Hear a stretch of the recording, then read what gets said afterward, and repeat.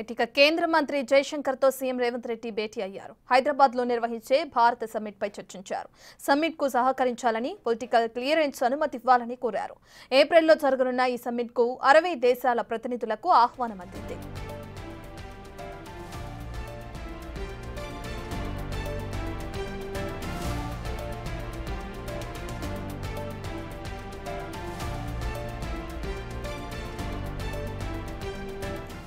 కేంద్ర మంత్రి జయశంకర్ తో సీఎం రేవంత్ రెడ్డి భేటీ అయ్యారు. హైదరాబాద్ లో నిర్వహించే భారత సమ్మిట్ పై చర్చించారు.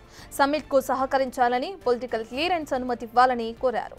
ఏప్రిల్లో జరగనున్న ఈ సమ్మిట్ కు 60 దేశాల ప్రతినిధులు ఆహ్వానం అందింది.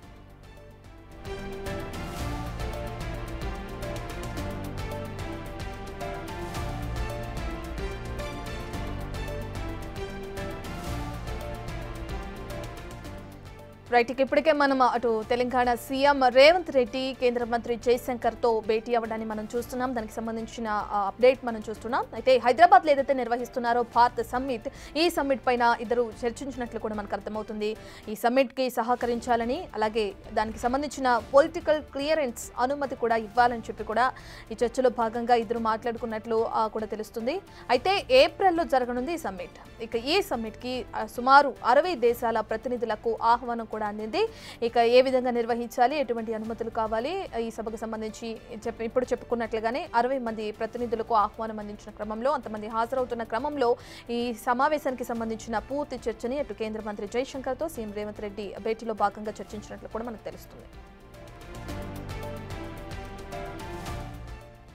పూర్తి డీటెయిల్స్ అందించడానికి మా ప్రతినిధి ఢిల్లీ నుంచి శివ అందుబాటులో ఉన్నారు. శివ, కేంద్ర మంత్రి జయశంకర్ తో సీఎం రేవంత్ రెడ్డి భేటీ మనం చూస్తున్నాం. ఏ అంశాల గురించి చర్చించారు? ఇప్పుడు ఏదైతే మనం చూసుకుంటున్నామో భారత సమ్మిట్ పైనే చర్చించారు. ఇవి కాకుండా ఇతర అంశాల గురించి చర్చించడం జరిగిందా? డీటెయిల్స్ ఏ విధంగా ఉన్నాయి? రత్న, భారత విదేశాంగ శాఖ మంత్రి జయశంకర్ తో తెలంగాణ సీఎం రేవంత్ రెడ్డి భేటీ అయ్యారు. రేవంత్ రెడ్డితో పాటు మాజీ విదేశాంగ శాఖ మంత్రి కాంగ్రెస్ సీనియర్ నేత సల్మాన్ ఖుర్షీద్, కాంగ్రెస్ ఎంపీలు మల్లు రవి, చామల కిరణ్ కుమార్ రెడ్డి, అనిల్ కుమార్ యాదవ్ కూడా భేటీ అయ్యారు. అయితే ఏప్రిల్ నెలలో ఏదైతే వచ్చే నెలలో భారత్ సమ్మిట్ నిర్వహించేందుకు తెలంగాణ ప్రభుత్వం ఏర్పాటు చేసి దాదాపు 3 రోజుల పాటు ఈ సమ్మిట్ నిర్వహించాలని భావిస్తుంది. దానిలో భాగంగానే పొలిటికల్ క్లియరెన్స్ అనుమతితో పాటు సహకారం కోరాలనే ఉద్దేశంతోనే కేంద్ర మంత్రిని సీఎం రేవంత్ రెడ్డి బృందం కలిసింది. సుమారు 60 దేశాలకు సంబంధించిన ప్రతినిధులకు ఆహ్వానం పంపించారు. దీనికి సంబంధించి కేంద్ర మంత్రితో సుష్మా స్వరాజ్ భవన్ లో ఈ సమావేశం జరిగింది. అయితే ఈ సమావేశానికి సంబంధించి ప్రధానంగా ఇది అంతర్జాతీయ కార్యక్రమం కావడంతో విదేశాంగ శాఖకు సంబంధించిన అనుమతులు కూడా కావాలి కాబట్టి సీఎం రేవంత్ రెడ్డి విదేశాంగ శాఖ మంత్రిని కలిశారు. అయితే ప్రధానంగా రాబోయే 25 సంవత్సరాలు తెలంగాణకు సమున్నతంగా నిలిపేందుకు తమ ప్రభుత్వం చేపట్టిన కార్యక్రమాలకు మద్దతుగా నిలవాలనేది విదేశీ వ్యవహారాల శాఖ మంత్రి సుబ్రహ్మణ్యం జయశంకర్ కు ముఖ్యమంత్రి రేవంత్ రెడ్డి విజ్ఞప్తి చేశారు. ఢిల్లీలో ఈ సందర్భంగా ఆయన కలిసిన సందర్భంగా 2025 సంవత్సరంలో హైదరాబాద్ లో ప్రతిష్టాత్మకంగా నిర్వహిస్తున్న అంతర్జాతీయ కార్యక్రమాలుగా Miss World, global deep tech సదస్సు, అలాగే Bharat summit, animation, gaming, VFX తో పాటు వినోద పరిశ్రమల్లో తెలంగాణ బలాన్ని చాటే విధంగా కూడా ఇండియా జాయ్ వివరాలను కేంద్ర మంత్రి దృష్టికి సీఎం రేవంత్ రెడ్డి తీసుకెళ్లారు. ఈ కార్యక్రమాల నిర్వహణ ద్వారా తెలంగాణ రైజింగ్ ను ప్రోత్సహించేందుకు మద్దతు ఇవ్వాలనేది కేంద్ర మంత్రి జయశంకర్ ను సీఎం రేవంత్ రెడ్డి కోరారు. దీనిలో భాగంగానే తెలంగాణ రైజింగ్ విదేశాల్లో భారత్ కార్యక్రమాలను ప్రచారం చేయాలని, దౌత్య లాజిస్టిక్స్ సహాయంతో హైదరాబాద్ లో నిర్వహించే కార్యక్రమాలు విజయవంతమయ్యే విధంగా కూడా సహకరించాలంటూ కూడా జయశంకర్ కు సీఎం రేవంత్ రెడ్డి విజ్ఞప్తి చేశారు.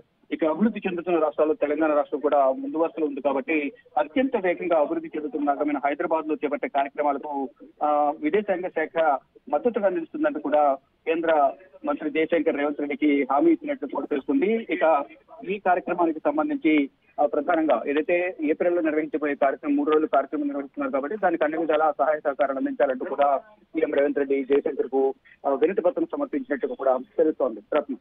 Right, thank you Shiva.